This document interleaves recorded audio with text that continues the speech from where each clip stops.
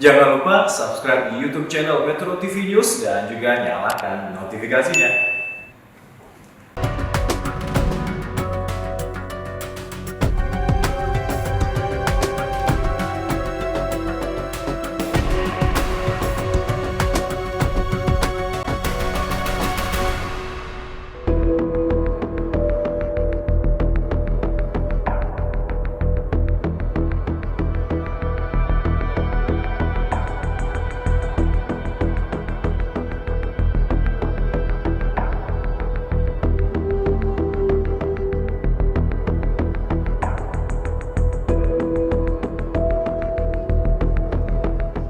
Kejayaan peradaban maritim di wilayah Nusantara pada masa lalu pernah memunculkan kota-kota internasional yang maju dan terbuka.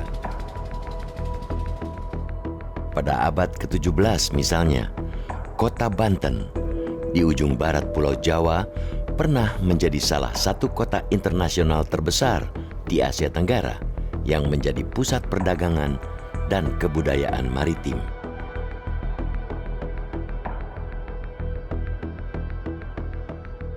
Ini adalah sebagian wajah Pelabuhan Karangantu di kawasan Banten Lama, Provinsi Banten. Pelabuhan kecil yang kini menjadi tempat bersandar kapal-kapal nelayan ini pada masa lalu memiliki sepenggal kisah sejarah yang membanggakan.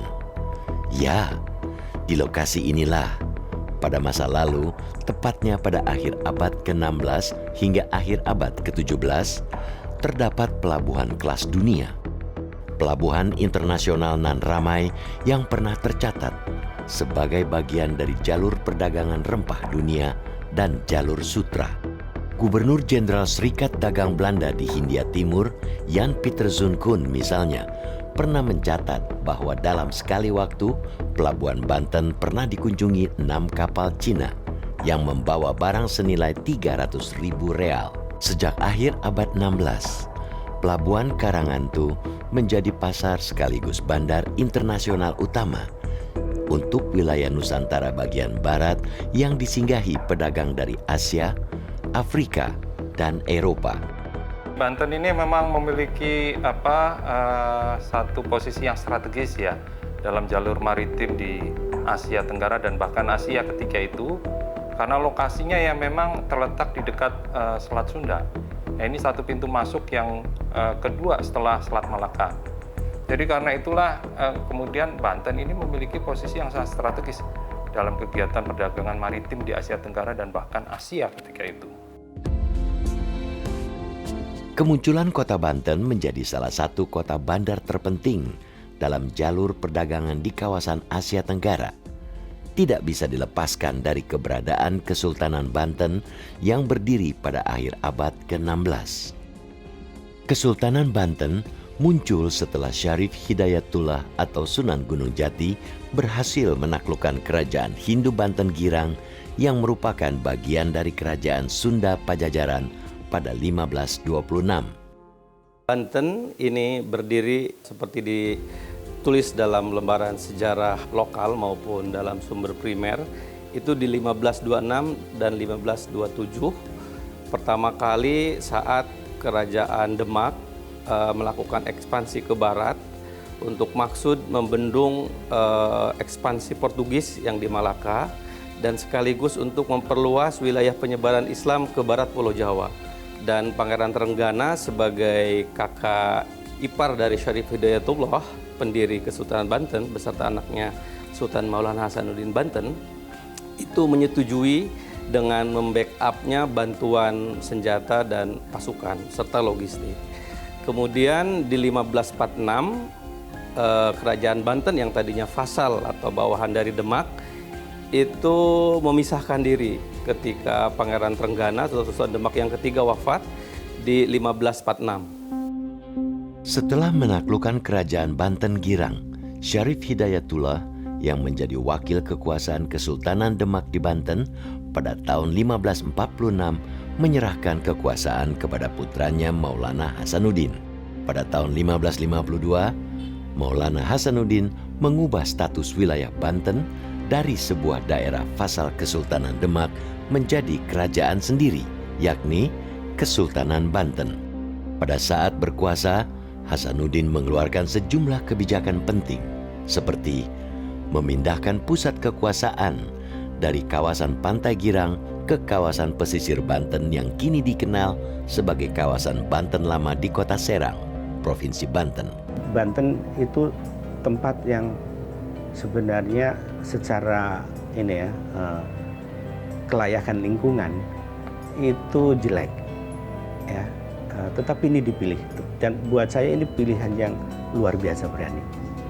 Ya, karena apa? Lingkungan yang layak huni dan layak dikembangkan itu harus ada satu elemen lingkungan yang sangat sentral ya untuk kehidupan manusia, yaitu air. Nah, kondisi air di Banten itu sangat jelek, bahkan sampai hari ini. Bersamaan dengan mulai berkembangnya pelabuhan Banten menjadi bandar internasional, Sultan Maulana Hasanuddin juga berupaya membangun kota Banten menjadi sebuah kota berstandar internasional. Selain membangun masjid besar di pusat kota Banten, pada tahun 1552, Sultan Maulana Hasanuddin juga membangun keraton Surosowan yang dikelilingi benteng batu setinggi 2 meter, seluas 4 hektar. Jadi keraton itu kayak keraton benteng begitulah kira-kira ya. Itu luar biasa, tebalnya temboknya kan hampir 6 meter lebih tebalnya ya. Dan konstruksinya ya, adanya bastion-bastion itu konstruksi benteng sebenarnya itu. Tapi benteng itu jadi rumah raja begitu ya. Di dalamnya ada bagian kaputren, ada bagian yang lain dan segala macam begitu ya. Saya membayangkan bentuk dulu memang canggih itu, ya. Tetapi sayang kita tidak bisa memulihkan kembali bentuk aslinya seperti apa begitu. Komplek Keraton Surosowan dibangun dengan memanfaatkan kemajuan teknologi saat itu untuk mencukupi kebutuhan air bersih di dalam keraton misalnya. Dibangunlah teknologi penyaringan air bersih yang bersumber dari mata air Tasikardi yang berjarak sekitar 2,5 kilometer dari Keraton Surosowan. Saluran itu tidak semata-mata memindahkan air dari Tasikardi ke istana, tetapi air itu pun masih harus disaring. Dan penyaringannya itu sampai ada 3 tempat ya. Panggilan Abang mungkin disebut Abang karena ketika masuk saringan itu masih belum terlalu bersih begitu ya. Jadi masih agak merah begitu barangkali begitu. Panggilan Putih itu mungkin sudah mulai jernih begitu. Panggilan Emas ya mungkin sudah bersih sekali, sudah layak diminum sama kalangan keraton lah begitu. Dan sampai di dalam ada yang namanya pancuran emas di situ. Dicatat dalam hasil riset para peneliti sejarah, kenapa Banten selalu ramai? Paling tidak cukai barang itu di bawah rata-rata.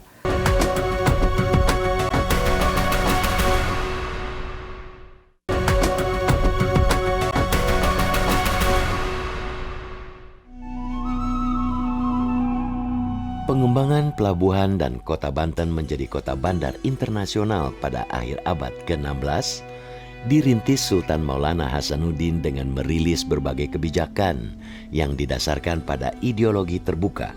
Hanya 5 tahun setelah berkuasa, Sultan Maulana Hasanuddin misalnya menjalin hubungan dagang dengan Portugis yang kala itu menguasai Selat Malaka dan sempat menjadi seteru dan pesaing Kesultanan Demak. Selama kekuasaan Sultan Maulana Hasanuddin dari 1546 hingga 1570, pelabuhan dan kota Banten berkembang cepat menjadi pelabuhan dan kota bandar yang ramai. Demi memajukan perdagangan, Syarif Hidayatullah dan Sultan Maulana Hasanuddin Banten itu melakukan aliansi perdagangan dan pertahanan. Perdagangan adalah Portugis adalah salah satu pembeli lada, produk unggulan dari Banten, dan sekaligus juga aliansi pertahanan. Karena Portugis mendapatkan jatah lada tidak terbatas, tetapi mereka juga membantu Banten untuk membangun benteng, memperbaharui artileri dan persenjataan serta pasukan bayaran. Dan inilah yang menyebabkan Banten di abad 16 itu tumbuh. Akibatnya adalah kerajaan Pakuan Pajajaran yang tadinya penguasa barat Pulau Jawa, kekuasaannya yang tadinya digeser oleh kerajaan baru Islam ini di pesisir, itu sampai terangsek di pedalaman. Dicatat dalam hasil riset para peneliti sejarah, kenapa Banten selalu ramai, paling tidak cukai barang itu di bawah rata-rata. Batavia, VOC, itu kenapa para pedagang nggak mau ke sana? Karena cukai barangnya di atas 10%. Kita bisa sampai 5%. Itu. Yang kedua, semuanya diserahkan ke pasar. Jadi ketika itu sebagaimana Emporium ini satu pelabuhan maritim yang besar yang biasanya itu dibangun di jalur-jalur maritim yang strategis seperti Malaka, kemudian juga Aceh, dan kemudian juga Makassar.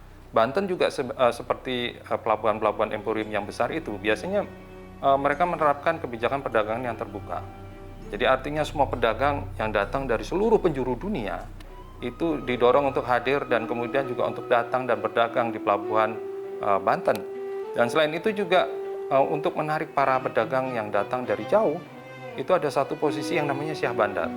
Jadi Syah Bandar ini biasanya dijabat oleh seorang yang berasal dari bukan hanya orang Persia, tetapi juga pedagang terkemuka yang berasal dari luar wilayah Banten, kayak gitu ya. Jadi ketika itu banyak sekali para pedagang asing yang tertarik datang karena kebijakan maritim yang terbuka dan kemudian kepemimpinan di pelabuhan yang merepresentasikan kekuasaan sultan yang diberikan kepada seorang Syah Bandar yang bukan orang Banten. Pasca penaklukan kerajaan Hindu Pakuan Pajajaran oleh Kesultanan Banten pada tahun 1579 atau pada masa pemerintahan Sultan Maulana Yusuf, Kesultanan Banten makin diperhitungkan sebagai salah satu kekuatan penting di Nusantara. Kota Pakuan Pajajaran dalam sejarah lokal disebutkan dikuasai masa cucu dari pendiri, jadi masa Maulana Yusuf. Dan disinilah Banten menorehkan eksistensi politik ekonomi dan dakwahnya yang memaksa entitas politik yang lain mengakui keberadaannya. Dan ini menjadi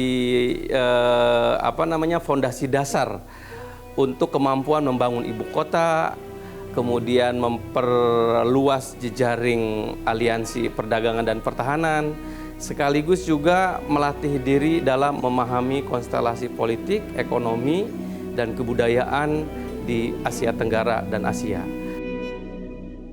Setelah lebih dari 100 tahun berdiri, Kesultanan Banten mencapai puncak kejayaannya pada masa pemerintahan Abu Fath Abdul Fattah atau lebih dikenal sebagai Sultan Ageng Tirtayasa dari tahun 1651 hingga 1682. Pada masa ini, Pelabuhan Banten telah sepenuhnya berkembang menjadi pelabuhan internasional sehingga kehidupan perekonomian di Kesultanan Banten mengalami kemajuan pesat di berbagai bidang.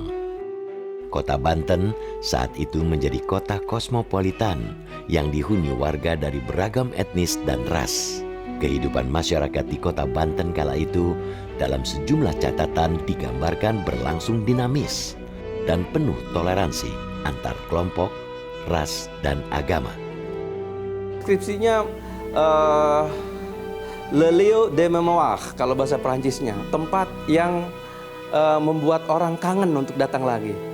Le Lieu de Mémoire ini ada dalam catatan traveler Prancis, sebuah gambaran tentang kemakmuran, tentang keragaman, tentang kemajuan, tentang inklusivisme, tentang kepastian hukum, dan sekaligus juga tempat yang membuat orang ingin datang kembali. Saya kira satu tempat yang dijuluki sebagai Le Lieu de Mémoire ini tepat untuk mendeskripsikan Banten masa itu. Untuk meningkatkan kemakmuran dan mempertahankan keamanan, pada masa pemerintahan Sultan Ageng Tirtayasa, Kesultanan Banten aktif menjalin hubungan dan kerjasama dengan banyak kerajaan lain. Pengiriman pejabat atau utusan ke kerajaan-kerajaan lain melalui jalur laut kerap dilakukan Sultan Ageng Tirtayasa. Ya, saya kira Sultan Ageng Tirtayasa ini berhasil mengikat hubungan diplomasi dengan negara-negara yang ketika itu dianggap sebagai negara yang memiliki kekuatan maritim yang besar ya, seperti dengan Inggris, dengan Belanda dan berbagai negara Asia yang lain. Saya kira ini adalah pencapaian yang mungkin tidak banyak dicapai oleh kesultanan-kesultanan di Indonesia. Mungkin yang hampir menyamai adalah Kesultanan Aceh yang juga mengirimkan beberapa envoy atau beberapa utusan, dan bahkan untuk kasus Banten mereka punya utusan duta besar ya ke Inggris dan juga ke Belanda. Jadi saya kira ini adalah pencapaian-pencapaian besar yang dicapai oleh Sultan Ageng Tirtayasa ketika itu, karena dia bisa berdiri sejajar dengan kekuatan-kekuatan utama maritim dunia ketika itu. Pada masa kekuasaan Sultan Ageng Tirtayasa, wilayah kekuasaan Kesultanan Banten kian luas. Tak hanya meliputi sebagian besar wilayah Banten sekarang, tapi juga mencakup semua sisa wilayah kerajaan Sunda yang tidak direbut Kesultanan Mataram, serta wilayah yang kini menjadi Provinsi Lampung. Kian kuatnya Kesultanan Banten dan makin ramainya Pelabuhan Banten membuat perusahaan dagang Belanda di Hindia Timur atau VOC kesulitan memonopoli perdagangan di wilayah pesisir Jawa. Karena itu, VOC sempat memblokade dan mengganggu kapal-kapal dagang dari Cina dan Maluku yang hendak menuju Banten. Gangguan VOC ini sempat memicu konflik antara Kesultanan Banten dengan VOC. Berbagai upaya dilakukan oleh VOC untuk bisa menaklukkan Banten. Ya salah satunya dengan terlibat dalam konflik internal yang terjadi dalam Kesultanan Banten.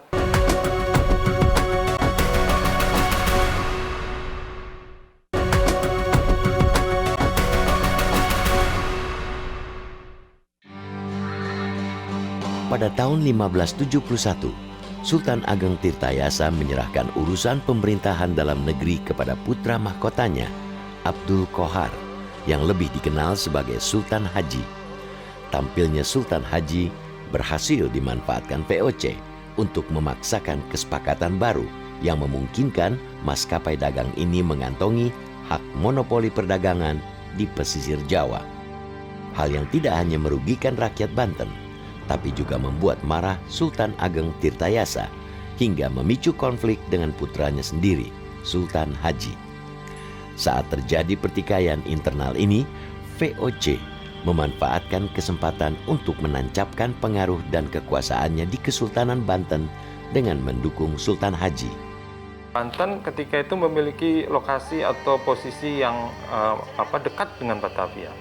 VOC memiliki kepentingan untuk membangun Batavia sebagai satu emporium yang besar untuk bisa melayani kepentingan mereka ya dalam dunia perdagangan di Asia. Dan karena itu Banten dianggap sebagai ancaman karena dia adalah emporium besar yang lokasinya tidak terlalu jauh ya dari Batavia. Dan selama Banten itu terus melangsungkan kegiatan perdagangannya, maka Batavia tidak akan bisa untuk muncul sebagai emporium yang besar. Nah, karena itulah kemudian berbagai upaya dilakukan oleh VOC untuk bisa menaklukkan Banten. Ya salah satunya dengan terlibat dalam konflik internal yang terjadi dalam Kesultanan Banten. Sultan Haji yang menginginkan perdamaian dengan VOC pada tahun 1580 menyatakan dirinya sebagai penguasa Banten sepenuhnya, bukan lagi Sultan Ageng Tirtayasa.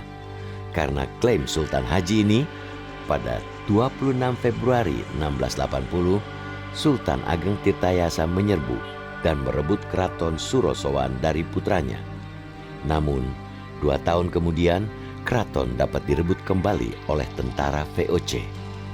Pemerintahan Kesultanan Banten sejak saat itu dipegang Sultan Haji. Belanda itu menganggap satu-satunya kerajaan di Asia Tenggara yang belum bertekuk lutut ikut kehendak VOC adalah Banten. Karena itu dia melakukan berbagai cara, bagaimana cara menundukkannya, tetapi tidak punya akses sampai ketika dia menemukan putra mahkota Sultan Haji yang memang secara karakter agak lemah, mudah dipengaruhi. Mereka memiliki loji dagang, duta besar, tetapi sesungguhnya adalah agen rahasia yang memasok data dan sekaligus mempengaruhi putra mahkota.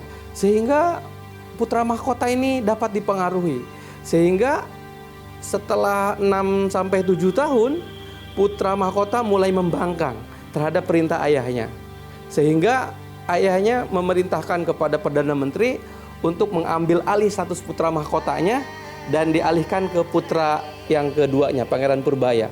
Sehingga Sultan Haji merasa tidak senang dan akhirnya dia berkirim surat lebih dari 7 kali ke Gubernur Jenderal Cornelis Pilman di Batavia, dipenuhi setelah Sultan Haji berkirim surat dengan klausul kalau permintaan dia dipenuhi untuk dapat membela diri dan mengusir pasukan ayahnya, dia akan memberikan seluruh Sumatera, kebun lada, dan batas wilayah POC diperluas sampai ke Cikande, Sungai Cidurian. Jadi setengah Kabupaten Tangerang itu diserahkan. Sejak diperintah Sultan Haji, kekuatan dan pengaruh Kesultanan Banten merosot drastis. Perdagangan di hampir seluruh wilayah pesisir Jawa, termasuk di Pelabuhan Banten, sejak saat itu dimonopoli VOC. Dengan cepat, kejayaan Kesultanan Banten pun memudar. Setelah Sultan Haji meninggal, akibat campur tangan dari VOC, terjadi perang saudara dan perebutan kekuasaan di antara anak-anaknya. Meski demikian, terjadi beberapa kali pergantian sultan. Kesultanan Banten terus mengalami kemunduran. Karena posisinya Belanda melakukan monopoli dalam bidang ekonomi dan mengatur suksesi kerajaan, Banten dilarang untuk melakukan perjanjian dagang dengan pedagang asing kecuali Belanda. Sejak saat itu sikap internasional, sikap inklusif itu berubah menjadi sikap isolasionis dan defensif. Sehingga Sultan hari-harinya dihabiskan untuk dia diberikan pesangon, diberikan zona nyaman, tapi pada saat yang sama kultur merkantilis, kultur entrepreneur, inklusivitas, memandang pandangan dengan pandangan dunia yang luas, lintas benua global mulai surut. Pada tahun 1808, karena Sultan Abdul Nasar Muhammad Ishaq Zainul Mutakin menolak menyediakan tenaga kerja untuk pembangunan pelabuhan di ujung kulon, Gubernur Jenderal Hindia Timur William Dudless memerintahkan penyerangan Kesultanan Banten. Dalam penyerangan ini, Istana Surosowan dihancurkan, sementara sang sultan ditangkap dan diasingkan di Batavia. Pada tahun 1813, keberadaan Kesultanan Banten selama hampir 3 abad berakhir setelah Gubernur Jenderal Hindia Belanda Thomas Stanford Raffles membubarkan kerajaan Islam ini dan memaksa Sultan Muhammad Syarifuddin turun dari takhta. Dan sejak saat itu, kisah keberadaan dan kejayaan Kesultanan Banten tinggal menjadi catatan sejarah. Ya, saya kira ini adalah satu pembelajaran yang berharga ya, bahwa kekuatan-kekuatan maritim di Asia, terutama di Nusantara ketika itu memiliki satu potensi yang luar biasa ya untuk tumbuh berkembang dan menjadi satu kekuatan besar ya dalam kegiatan perdagangan di dunia.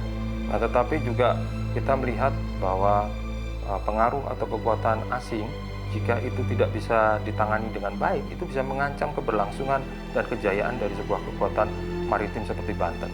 Nah, ini hendaknya menjadi pembelajaran bagi kita ya, bangsa Indonesia yang sekarang ada di abad ke-21 dengan karakteristik yang maritim yang juga kuat.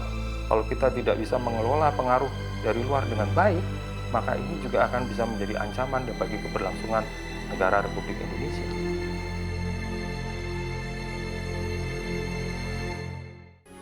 Metro TV